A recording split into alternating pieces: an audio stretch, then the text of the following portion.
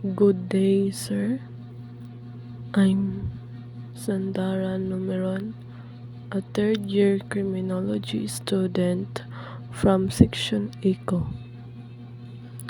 This video report is about anti-gas agent and smoking cessation drugs.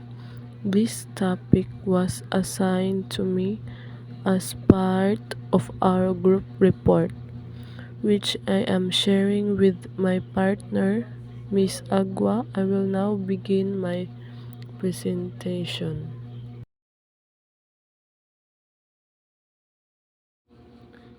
Anti-gas agent are medicine that relieve the uncomfortable symptom of too much gas in the stomach and intestine. Anti-gas agent help relieve the symptoms by preventing the formation of gas pockets and breaking up the gas that already is trapped in the stomach and intestine. Anti-gas products are sold as capsule, liquid, and tablets, regular and chewable, and can be bought without a physician prescription. Ang anti-gas agent is muna siya ang mga tambal sa sakit sa tiyan, sama sa kung nakagibati nga panuhot or daghay gas sa sulod sa mga tiyan.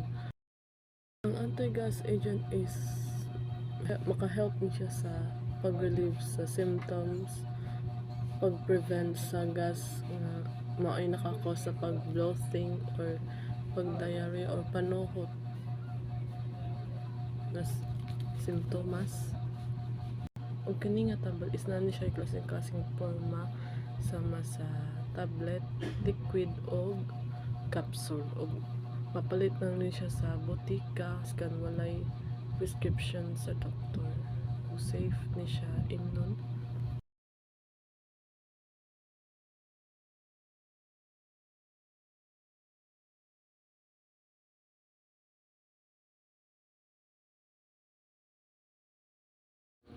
Smoking cessation drugs are medicine that help people stop smoking cigarettes or using other forms of tobacco.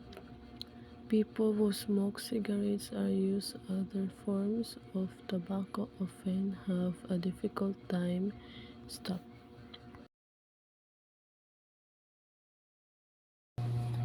Kini nga drugs mao ang tambal nga gituyo para matabangan ng usa ka tawo kung gusto sila muunag sa pagpanagarilyo ug ma-overcome nila ang nicotine addiction. Kay ang uban magod kay maglisod na sila undang sa ilang bisyo nga pagpanigarilyo kay naanad na.